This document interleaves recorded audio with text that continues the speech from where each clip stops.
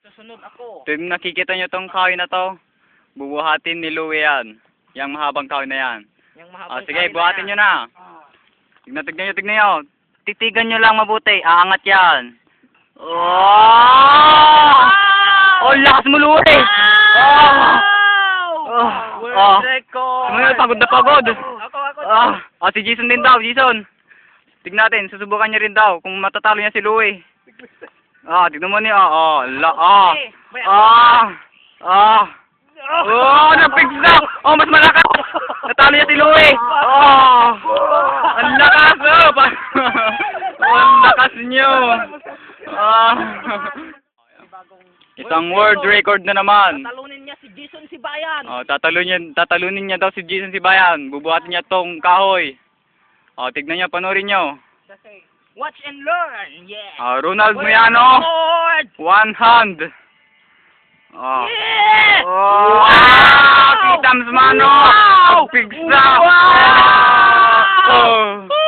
Nagpigsa!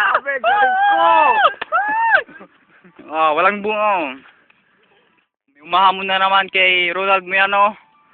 Papakita niya raw ang kanyang lakas sa pagbuhat ng kahoy. Nandito na siya. Yan si Vincent Munar. Birthday boy.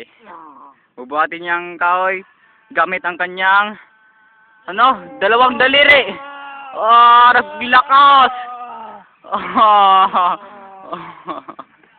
Ayun.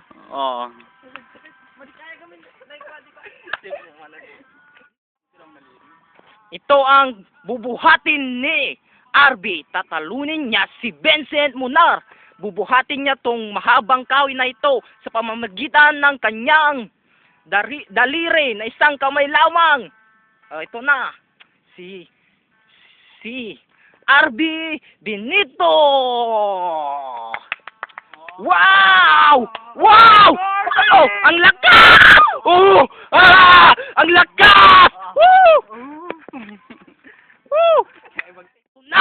Ang pinakahihintay ng lahat, si John Albert Rodrigo. Siya na ang pinakamalakas sa lahat ng bumuhat dito sa kahoy na ito.